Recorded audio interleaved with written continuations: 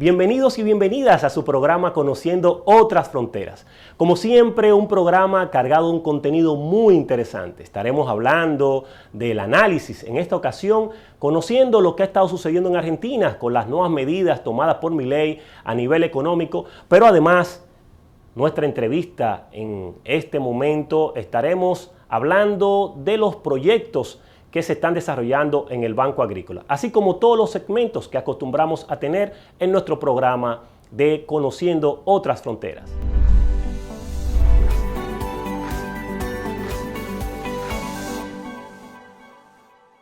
Señores, en el día de hoy, como siempre en su programa Conociendo las Fronteras, traemos en el análisis el tema del momento y es referido a lo que sucedió en Argentina con los jubilados, la marcha de los jubilados que ya se ha convertido en una costumbre frente al Congreso de esta población importante en Argentina que ha comenzado siempre a desfilar, a marchar en contra de las medidas que ha tomado Milei.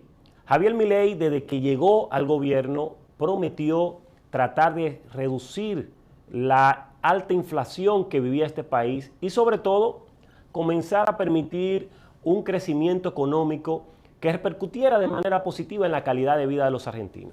La verdad que todo lo dicho por Milei se ha convertido en una parodia que más que generar beneficio para los argentinos, ha sido un fracaso total que ha traído consigo más pobreza, mayores dificultades para poder acceder a los servicios básicos, pero sobre todo ha lesionado gravemente los derechos fundamentales de todos los argentinos. Las medidas que ha tomado Milei, si bien es cierto, han permitido controlar la alta inflación que vivía este país, pero ¿a qué costo? ¿Cuál ha sido el sacrificio que ha tenido que pagar la población argentina? ¿De qué manera esto ha lesionado directamente los intereses de las poblaciones más vulnerables? La verdad es que cuando comenzamos a analizar los datos de los indicadores de lo que ha sido el gobierno de Milei, comenzamos a notar que si bien es cierto los ajustes que han hecho han permitido que se pueda frenar la alta inflación que se había vivido durante el gobierno de Fernández, no menos cierto es que esto ha sido sobre la base de sacrificar a los que menos pueden, sobre la base de darle mayores facilidades a las empresas privadas y beneficiar al grupo tradicional que maneja los recursos económicos en este país. La población más pobre no ha logrado ver una luz en el camino de mejorar sus condiciones de vida. La verdad es que la población argentina había votado por Milei pensando que podían mejorar sus condiciones de vida, que podían ver un mayor fortalecimiento de la institucionalidad democrática en este país y que sus derechos fundamentales iban a estar salvaguardados en manos de este presidente que se llamó el libertario. Milei, lejos de apostar a fortalecer la calidad de vida de los argentinos, sobre todo de aquellos con mayores niveles de necesidades, ha apostado a seguir engordando las fuentes económicas de los grupos tradicionales de Argentina. Y esto se refleja en que casualmente, por donde él decide arrancar para tratar de ponerle un freno al gran déficit fiscal que llevaba este país y a la inflación que definitivamente es muy elevada y que no se puede ocultar ni se puede tratar de contradecir, pero jamás se debe de empezar por aquellos que más necesitan, porque de hacerlo de esta forma, lejos de tú generar un efecto que pueda garantizar calidad de vida, tú lo que haces es que incrementa los niveles de pobreza. Y en efecto, eso fue lo que sucedió porque Milei se concentró en tratar de reducir todo el proceso que tiene que ver con las jubilaciones y partiendo de un sistema previsional que está enfocado en tratar de garantizar que aquellos argentinos que no han logrado cotizar durante los 30 años que establece el marco legal de este país para el tema del sistema de pensiones, pues que estos argentinos, de una manera u otra, el sistema pueda compensar el tiempo que les faltó para lograr resolver, entrar al sistema de pensiones y lograr tener una pensión que, aunque sea mínima, pero permita que esta persona no entre en la indigencia o en la pobreza extrema. Este sistema durante décadas ha funcionado en Argentina y ha garantizado que muchos argentinos mínimamente puedan vivir con una calidad de vida que le garantice las necesidades básicas, sobre todo a personas envejecientes que pasan de 65 años, sus medicamentos, pago de algunos de los servicios fundamentales y el alimento mínimo para sostenerse y mantenerse con vida. Este proceso, si bien es cierto, es un proceso costoso que carga enormemente al Estado argentino, pero no menos cierto que es muy necesario, sobre todo de aquellas personas que han trabajado toda su vida, que la han dedicado a servirle al Estado, que con su trabajo, con su sudor, con su compromiso, han permitido generar los niveles de riqueza que exhibe el Estado argentino y que además muchos de estos grupos poderosos económicos en Argentina han logrado acumular sobre la base del esfuerzo y sacrificio de todos estos jubilados que han merecido esta pensión que tienen hasta el día de hoy. Milei ha querido frenar esto porque dice que es insostenible, porque muchos también expertos de estos verdugos que son mercenarios de la palabra y de la asesoría económica que han indicado que ciertamente esto es insostenible y que lo mejor es tratar de frenar esto y generar cambios en el sistema que se ha venido desarrollando durante décadas.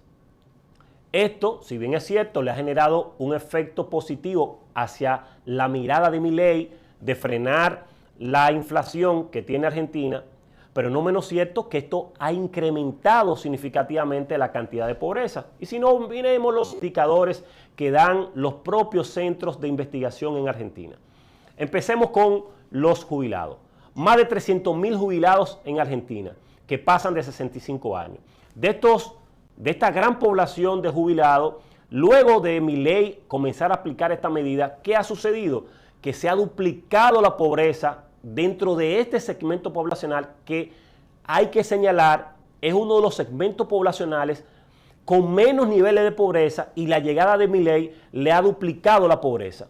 Pasaron de un 17% que manejaban de pobreza en función de las bajas pensiones que reciben a un 30%, duplicando enormemente y significativamente lo que es el margen de pobreza. Y esto, de acuerdo a los indicadores, implica que seguirá creciendo en la medida que se sigan aplicando las recetas que Milei ha implementado en Argentina. Pero esto no es solamente con el caso de los jubilados. La pobreza en las poblaciones más vulnerables se incrementó en casi un 53%. Estos son datos a octubre del año pasado, del 2024. ¿Qué implica esto desde el punto de vista de las poblaciones más necesitadas? Que al ritmo que vamos, con el incremento de los servicios básicos como agua, como luz y los propios alimentos a nivel de los supermercados que están cada día mucho más lejos de las posibilidades de estos grupos vulnerables, estamos hablando que esa pobreza seguirá en crecimiento de manera consecutiva y sistemática.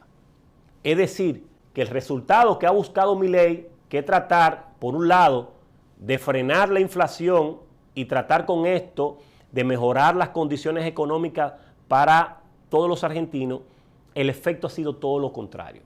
Se ha controlado la inflación, sin embargo la pobreza sigue creciendo. ¿Y por qué sigue creciendo la pobreza en Argentina? Por un elemento muy simple y básico y para lo cual no hay que ser economista.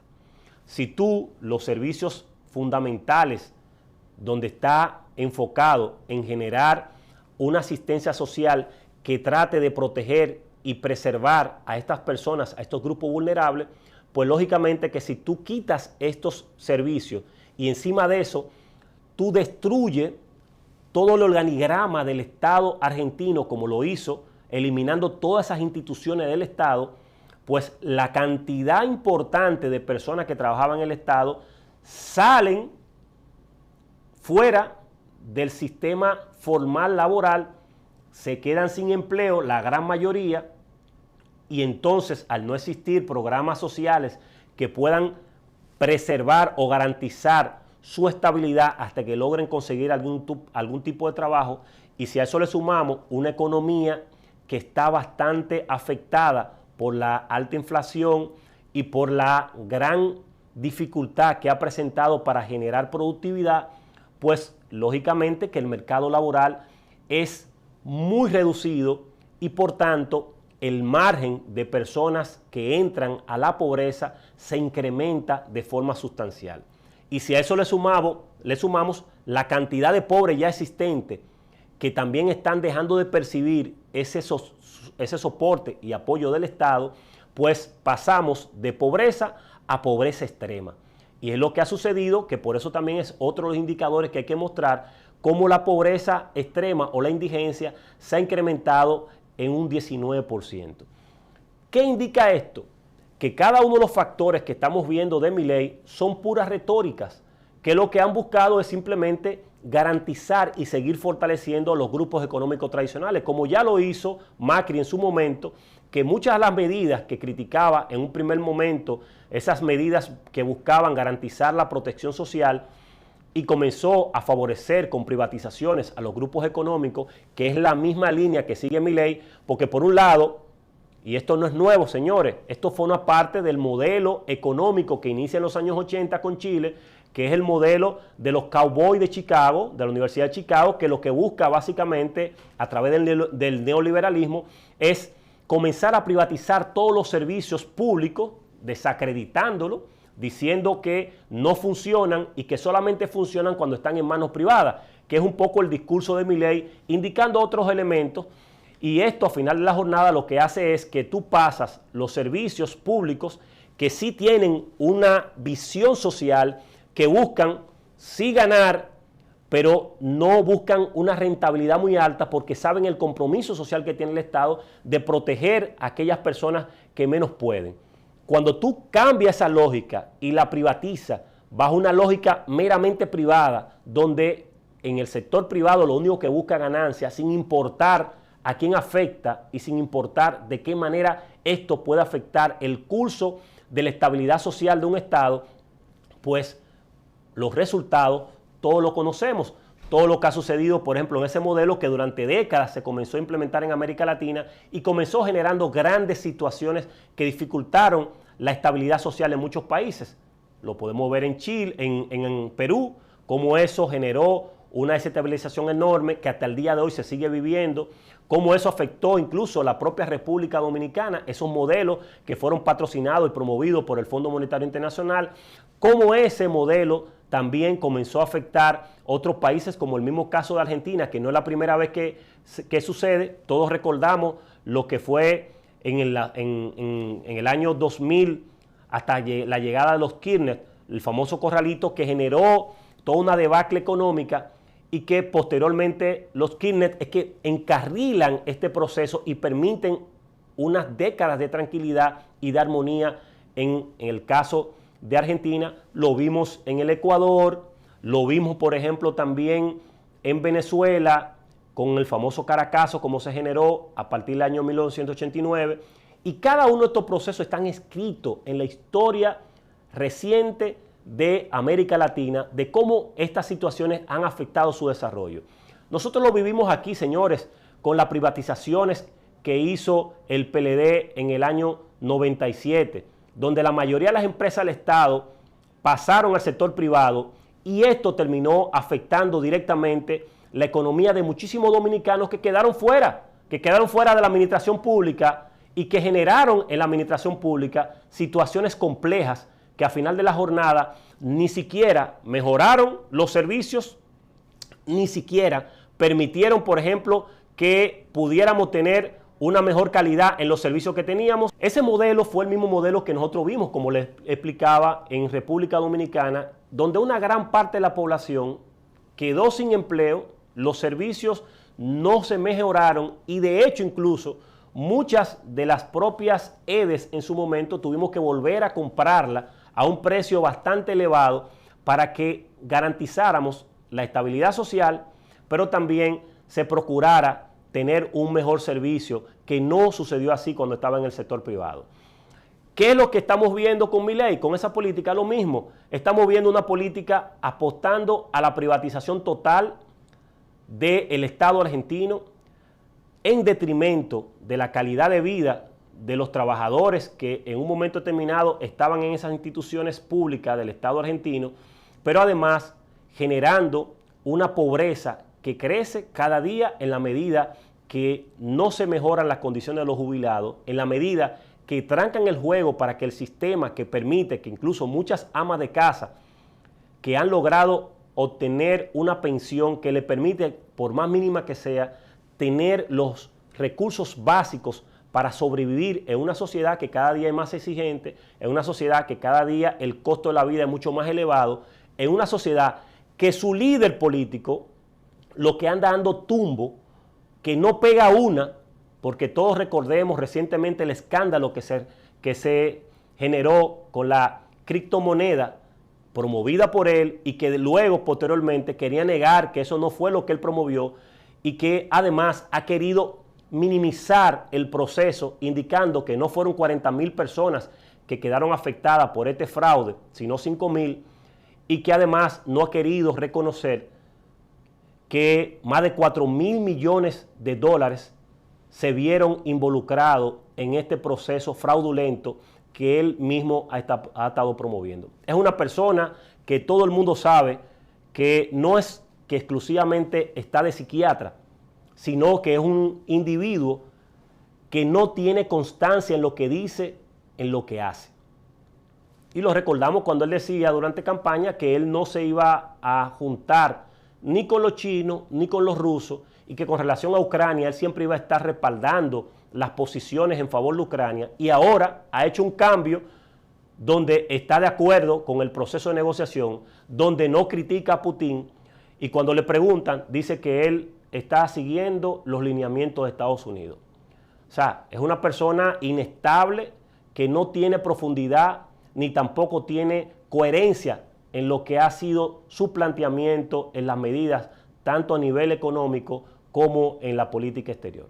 Definitivamente, Argentina presenta un escenario no muy saludable, ni para su economía y mucho menos para su población, que ha comenzado a sufrir los embates de una persona que no sabe para dónde va y que encima de eso lo que anda tratando de seguir favoreciendo los grupos tradicionales en detrimento de la calidad de vida de la mayoría de los argentinos.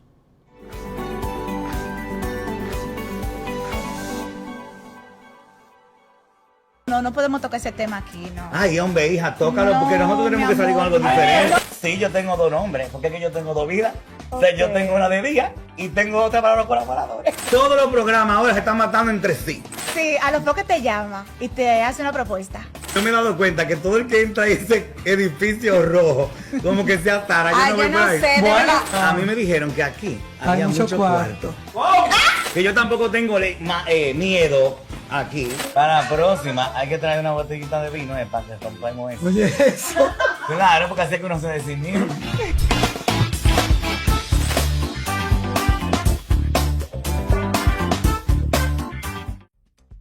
Al final de la tarde, pasamos balance a los acontecimientos del día en Voz Vespertina. Y la primera preocupación de los dominicanos es la situación económica. Disfrutan el rol de víctima. Interactúa con un equipo de profesionales de la comunicación, quienes analizan con objetividad lo acontecido a nivel nacional e internacional. Voz Vespertina, de lunes a viernes a las 5 de la tarde. Vívelo por Voz Media Network. Inicia tu día actualizado con el programa matutino más completo del mundo.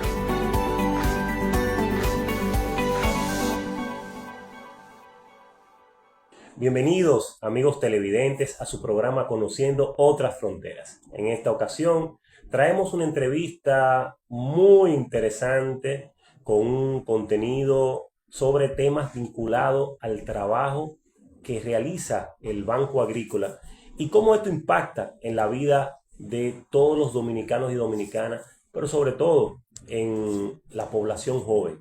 Y para eso traemos a un joven, casualmente, talentoso, que es abogado, pero se ha especializado en estos temas que tienen que ver con desarrollo rural y además de eso gestión de riesgo. Estamos hablando de Steven Valdera, quien es una persona que maneja bastante bien estos temas, y con él estaremos abordando las diferentes problemáticas que están vinculadas al tema agrícola en la República Dominicana, pero sobre todo lo que está haciendo el Banco Agrícola para tratar de ir solucionando cada una de estas situaciones. Así que bienvenido, Steven, a tu programa Conociendo Otras Fronteras. Muchas gracias, de verdad que sí, por la invitación y la oportunidad de poder explicar todos estos logros que hemos tenido en el sector agropecuario. Qué bueno, Steven. Mira, Steven, yo creo que siempre es interesante conversar sobre los temas vinculados a la agropecuaria, y sobre todo en un país que uno de nuestros principales rubros históricamente lo ha sido así, es el campo. Sobre todo nos hemos caracterizado siempre por ser un país de una producción significativa que nos permite abastecer las necesidades fundamentales de la población, pero también exportar, y con ello, pues lógicamente, tratar de sustentar, ¿no?, lo que es la dinámica propia de nuestra economía. Y ahí me gustaría empezar conociendo que la gente pueda, quienes nos siguen, puedan tener mayor información sobre sobre los aportes que hace el Banco Agrícola en estos procesos vinculados al desarrollo rural. Bueno, mira, el Banco Agrícola de la República Dominicana es una institución que va a cumplir este año 80 años desde su fundación. Fue realizada su creación por el dictador Rafael Leónidas Trujillo en su momento, pero con una visión muy interesante, y era impulsar el campo dominicano. En ese momento, en la región también había bancos agrícolas en toda Latinoamérica, y hoy te puedo decir que República Dominicana es uno de los 3 países que ha mantenido su banco agrícola en su totalidad, 100% del Estado. Su trabajo específicamente es impulsar el campo dominicano a través de financiamiento. Ahora tenemos una visión un poquito más complementaria, y es buscar ese acompañamiento a los agricultores e instituciones que pudieran sumarle un poquito más a la visión que tiene el banco en la parte de que no sea solamente financiamiento. Actualmente financiamos el 65% del campo dominicano. En lo que va de gestión hemos formalizado préstamos por 137.000 millones de pesos. Y un dato que me gusta siempre resaltar, a la parte juvenil, por 7.950 millones de pesos en lo que va de gestión gubernamental. Es decir, que si el Banco Agrícola no existiera, no existiría una institución que pudiera fomentar el desarrollo en el campo. Era importante para que podamos un poquito quizás sacarle mucho más filo a esos datos que tú has dado, que son muy importantes, porque tú estás hablando de una cifra significativa. 137.000 millones de pesos no es cualquier cosa. No. Y cuando hablamos de este número, eso indica que se está impactando de una manera significativa el campo. Pero ¿en cuáles dimensiones pudiéramos, para que la gente pueda entender mucho más, cuáles renglones de los tantos que existen en el campo se ha invertido ese dinero, para que la gente pueda conocer un poco la dimensión de lo que ha sido este aporte que ha desarrollado el Banco Agrícola? Nosotros financiamos desde la producción hasta la comercialización, hasta la industrialización del sector. Es decir, que te podría mencionar muchos de los rubros principales, pero son más de 300 y algo de destinos diferentes que tiene el banco en ese sentido. Principalmente la cartera de arroz. El banco es el principal, o por no decir el único, ente financiador del arroz. También la parte de la producción de pollo, se va el pollo, la producción de carne de pollo, la producción de carne bovina, la producción de carne porcina también. Ahora también iniciamos con apoyar la parte de la producción de peces, para poder diversificar un poco el tema del consumo de cualquier tipo de carnes. También está la parte de ovinos y caprinos, que también ha sido algo también donde el banco ha destinado muchos fondos para eso. En la parte agroindustrial hemos fomentado la parte del valor agregado. Es decir, que si tenemos un producto como por ejemplo el aguacate, buscar la forma de que ese producto se puedan sacar subproductos, como por ejemplo el aceite de aguacate, ya presentar el aguacate procesado como ya guacamole, que tenemos unas cuantas empresas también en ese sentido. En la parte de la comercialización, los pequeños y medianos comercializadores también buscan financiamiento en el banco para poder comercializar y exportar sus productos. O sea que no es solamente, la gente piensa que la agricultura es solamente producir, y que el problema principal de la agricultura es el tema de producir, sino el principal problema de la agricultura es comercializar. Y el banco también lo apoya. Entonces, ahí también se han destinado una gran cantidad de recursos. Mira, ahí ya que tú hablas del tema de la comercialización, que definitivamente es la parte muy importante, porque es la que ayuda a que el valor del producto pueda permitir que quien produce la tierra reciba el pago que se merece por el esfuerzo y sacrificio que lleva producir cualquier producto agrícola en la República Dominicana. Pero ahí interesante, tú hablas incluso del tema de la exportación como parte de ese acompañamiento que hace el banco dentro de las facilidades que da. Y ahí, ¿qué pudiéramos decir nosotros sobre el tema de la exportación? ¿Qué tanto incide ese apoyo y esfuerzo que hace el banco para que nuestros productores puedan colocar sus productos fuera del país? El principal reto que tienen los productos para poder exportarse es la calidad. ¿Por qué la calidad? Porque en ningún país del mundo van a aceptar un producto que no sea de calidad para el consumo de sus habitantes. Entonces, no es solamente la parte de financiamiento para que ellos puedan literalmente comprar los exportadores a los agricultores y poder llevársela afuera, sino es el financiamiento, la ampliación en el financiamiento, en la parte de otorgamiento de recursos adicionales, para que esos cultivos tengan realmente calidad. Porque el reto número uno del banco ha sido cambiar hasta la forma en cómo los agricultores siembran los productos, eliminando la cantidad de pesticidas y fungicidas que están utilizando para que así puedan tener mayor aceptabilidad en el mercado internacional, como también la diversificación de productos, como por ejemplo ya estamos iniciando, los trabajos ya se iniciaron para poder convertir a República Dominicana en un país productor de arándanos.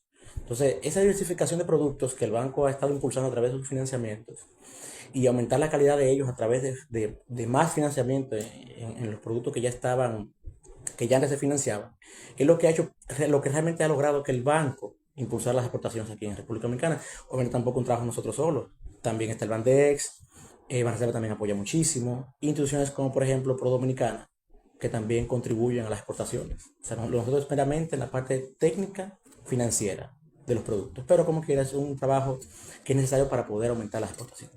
No, y definitivamente lo que está señalando es vital. Ningún país va a comprar un producto que no goce de la calidad que se merecen sus ciudadanos. Y me parece que es una visión correcta del banco, no solamente apostar a la producción, sino a la producción con calidad. Y eso implica necesariamente un acompañamiento técnico, asesorías, orientaciones, y que estas orientaciones vayan de las entidades expertas en estos temas, como ya tú has mencionado, Pro Dominicana, que es una de las instituciones, o es la institución que se encarga de velar por garantizar las exportaciones de los productos dominicanos y colocarlo en otros países del mundo. Sí. Fíjate, también quería agregar, la visión del banco en ese sentido también va más allá. ¿A qué me refiero? La gente piensa que la agricultura es una actividad que está lejos de la tecnología. Y en palabras del propio administrador del Banco Agrícola, la agricultura es la ciencia en los últimos años que más avance tecnológico ha tenido después del tema de salud.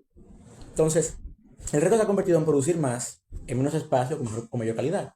Y eso únicamente se logra con adquirir tecnología y especializar fondos con esos fines.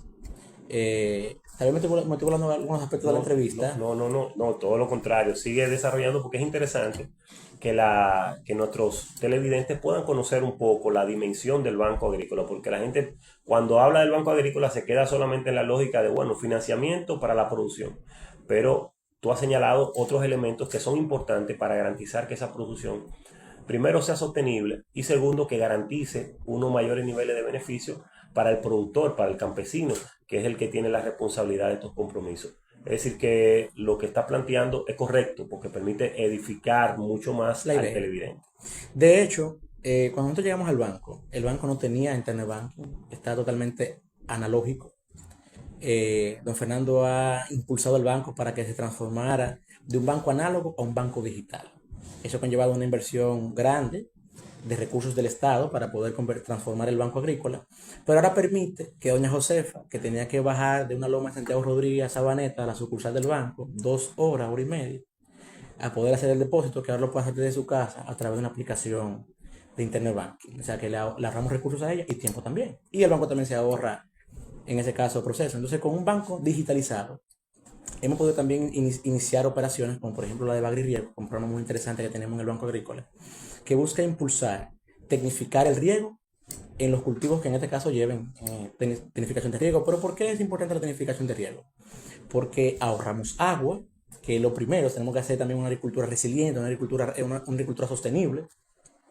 Y adicional a eso también, si tú puedes apreciar un poco más el recurso del agua, entonces también se convierte en un método económico. Pues entonces te ahorra el hecho de tener que comprar camiones de agua o alquilar tal vez un tractor o unas mangueras adicionales para poder traer agua a tu finca. Si podemos ahorrar el agua a través de los sistemas de riego. Pero también dentro del sistema de riego podemos fertilizar. En este caso también ahorramos recursos en fertilizantes, en pesticidas y otros tipos de insumos. Pero también, adicional a eso, un proyecto que tenga sistema de riego califica como un proyecto que es orgánico. Es decir, que también tiene una mejor calificación para poder exportarse. O sea, literalmente estamos teniendo con el tema de riego una transformación en la parte de cómo se siembra y cómo podemos tener cultivos que sean más sostenibles. No, y tú estás dando en la diana, como uno diría, porque no es solamente un tema de eficientizar la producción y de mejorar la calidad de la producción, sino que también estamos garantizando la sostenibilidad no solo de la agricultura, sino de la vida.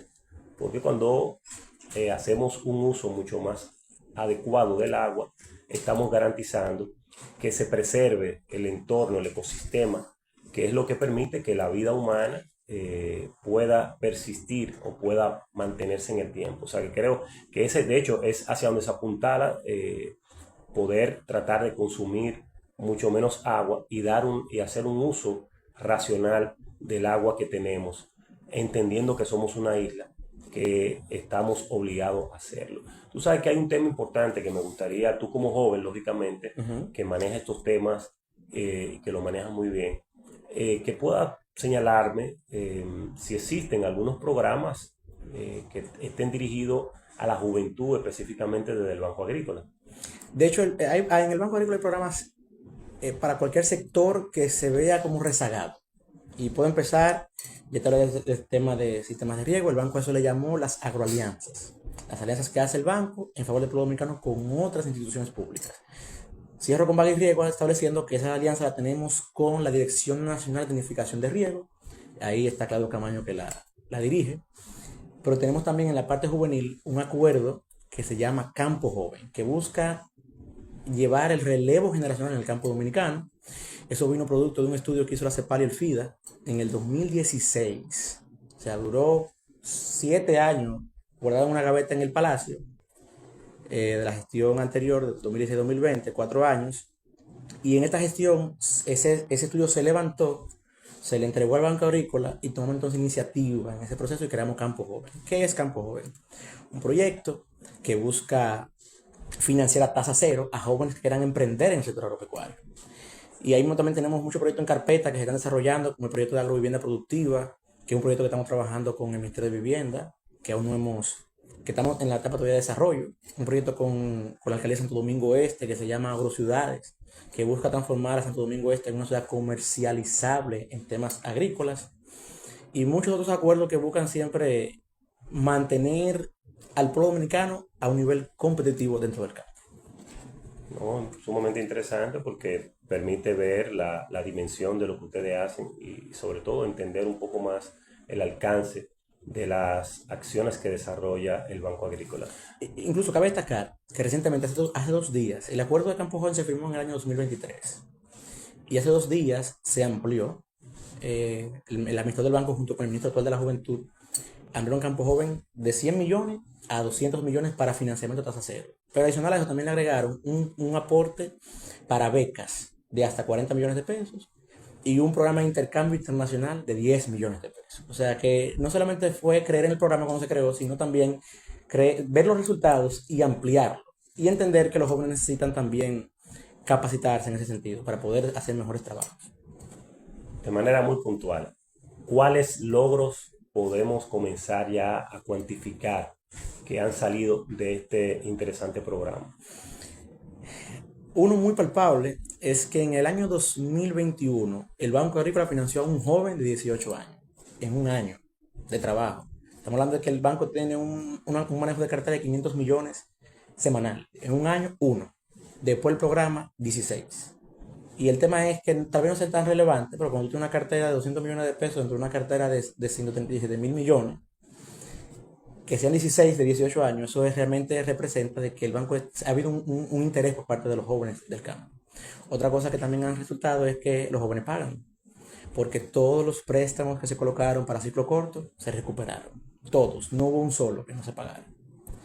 Adicional a eso también, otro logro que podemos también resaltar es que el 48% de las solicitudes son de mujeres y el 53% de las que fueron aprobadas son de mujeres. O sea que realmente también ha habido un interés de la mujer joven del campo a ver que programas como estos existen y que realmente se les va a apoyar y que son reales. O sea, mira que tú acabas de dar un dato interesante. Tú estás diciendo, primero, que la mayoría de los préstamos que supieron pagar, ¿no? Que supieron devolver al banco el préstamo, son de jóvenes. Y lo interesante de esto es que además de que son jóvenes, son la mayoría de esos jóvenes son mujeres. Es decir, que ahí tenemos dos elementos interesantes que muestran la inclusión de este programa. O sea, la visión inclusiva de este programa. Estamos hablando que están integrando jóvenes, pero dentro de estos jóvenes que están integrando, la gran mayoría son mujeres. Es decir, que es un elemento interesante y muestra la visión de quien dirige esta institución, pero sobre todo muestra la visión del presidente Abinader con el deseo de seguir impulsando las políticas para desarrollar a los jóvenes y de seguir aportando a la equidad de género. De hecho, la ampliación del programa no fue idea, en este caso, de nosotros, fue una idea del presidente de la República. En el Premio Nacional de la Juventud de este año se hizo una mención de los logros del programa delante del presidente, y cuando se acabó, el presidente llamó un apartado a ambos directores de instituciones y les dijo, este programa hay que ampliarlo.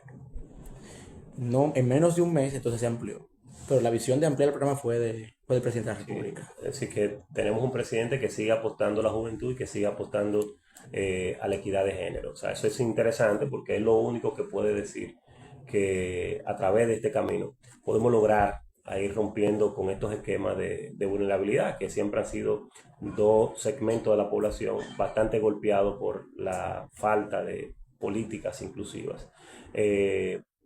Tú sabes, Steven, que es interesante todos estos aspectos que hemos tocado a nivel de la agricultura, pero yo sé que además de ser un especialista en estos temas, también eres un joven preocupado por lo que pasa en la sociedad dominicana y cómo podemos nosotros a través de la política hacer que estos procesos permitan que haya más democracia y que jóvenes como tú también puedan seguir creciendo y avanzando.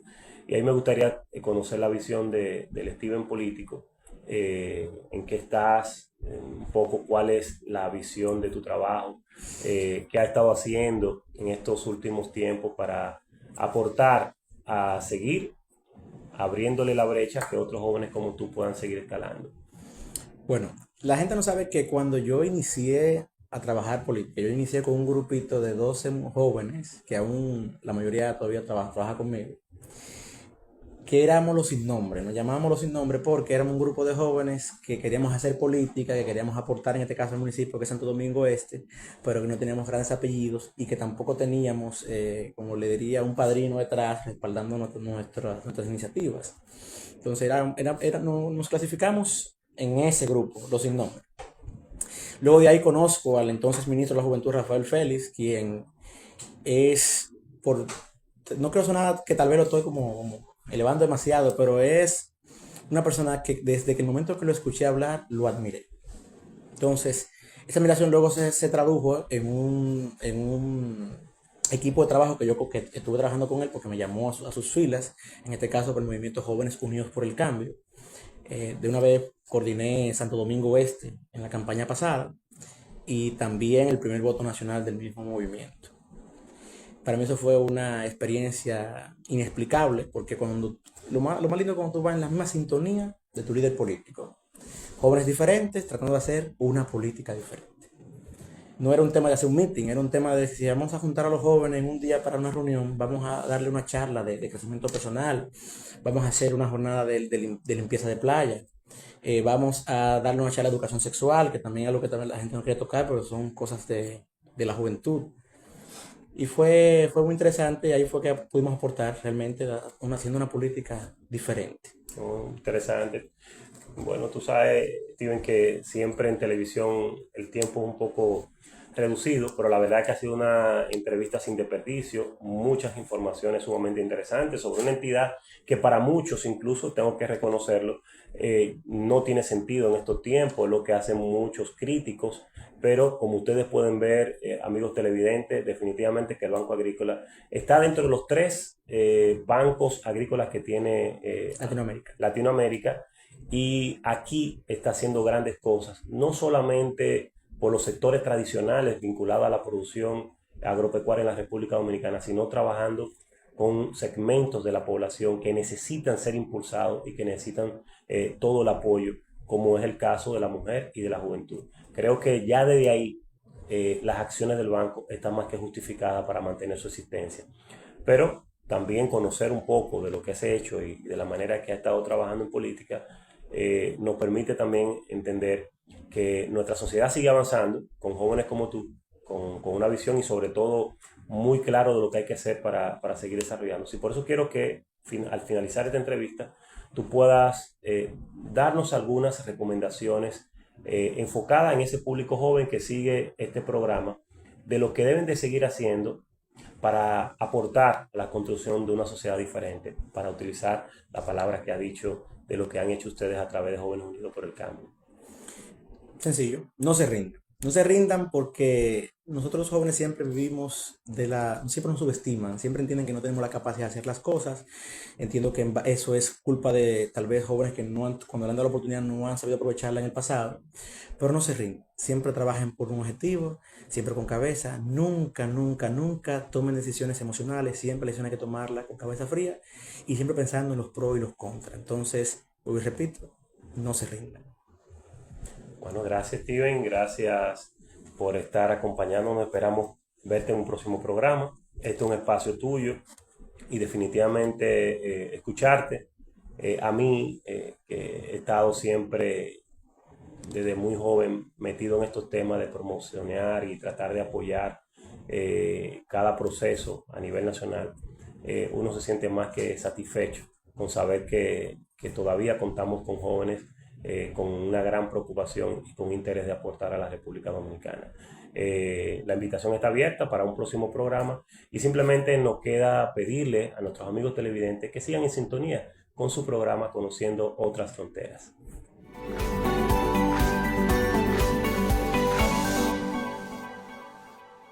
La hora de...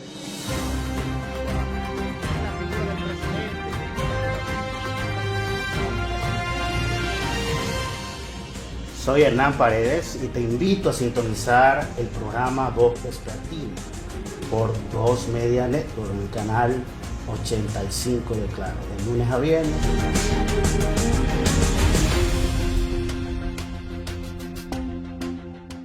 Inicia tu día actualizado con el programa matutino más completo de la televisión dominicana, Voz Matutina. Información actualizada y un enfoque imparcial en temas políticos, económicos y sociales. Comienza tu día de la mejor manera con Voz Matutina. Vívelo por Voz Media Network.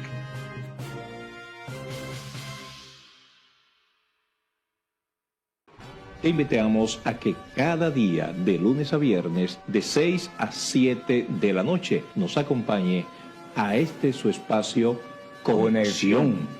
Soy David Salvador. Yo, Ramón Suárez. Y estaremos analizando la información del momento.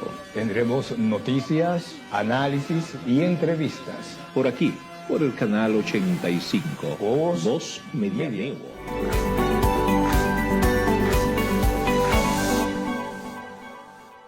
Buenas tardes, bienvenidos todos y todas a esta nueva entrega de su segmento Un Cruce Legal.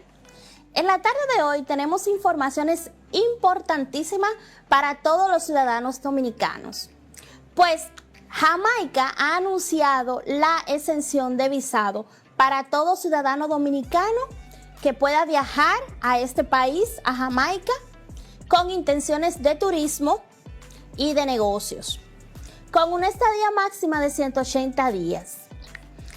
Estas medidas, estos cambios en estas medidas migratorias, pues vienen a colaborar con los temas de cooperación y reciprocidad entre los estados, atendiendo a que la República Dominicana, desde el año 2007, permite el libre tránsito de los ciudadanos jamaiquinos en nuestro territorio. ¿Qué quiere decir ahora? Pues ahora ya es recíproco. Ambos países tienen libre entrada sin un visado a los ciudadanos de ambos países. Pues una vez ya liberado la exención de visado para visitar Jamaica, aquí te dejamos unas recomendaciones para que armes un viaje y puedas disfrutar de este país caribeño. El destino turístico más visitado en Jamaica, esto se debe a que tiene un entorno natural y un paisaje hermoso que disfrutar. Tienen actividades culturales, fiestas temáticas, oferta musical y gastronómica muy amplia. Asimismo, te podemos recomendar que visites Ocho Ríos. Ocho Ríos es una ciudad de Jamaica ubicada entre montañas verdes y el mar Caribe. Esta es considerada como una belleza natural y de las joyas más preciadas de Jamaica. Además, el río Martha Bay puedes visitar acá para los amantes de la naturaleza. Este río es una parada esencial y muy popular entre los turistas. El Parque Nacional Montes Blue fue declarado por Patrimonio de la Humanidad por la UNESCO. Si estás en Jamaica, no puedes dejar de visitarlo, conocer sus lindos bosques que protegen su flora y fauna. Por último, y no menos importante, si estás en Jamaica, no puedes dejar de visitar el Museo de Bob Marley. Este famoso cantante jamaiquino tiene en su ciudad natal, en Kingston, Jamaica, un museo. En este museo podrás conocer de la historia, su legado cultural y familiar que dejó a toda la población mundial. Con estas recomendaciones esperamos que puedas armar un viaje de vacaciones a Jamaica y puedas conocer de su cultura, su gastronomía, su música y todo lo que tiene que ofrecer a los ciudadanos dominicanos. Es todo por hoy, esperamos que les haya sido de interés este tema y nos vemos en una próxima entrega de su segmento Un Cruce Legal.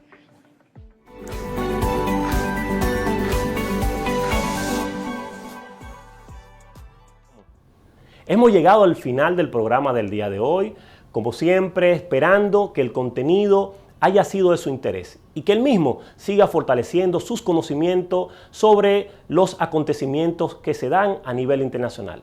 Además de esto, como siempre, pidiéndole que puedan seguirnos a través de nuestras redes sociales Conociendo Otra Frontera y en este canal todos los domingos a las 12 del mediodía por Voz Media.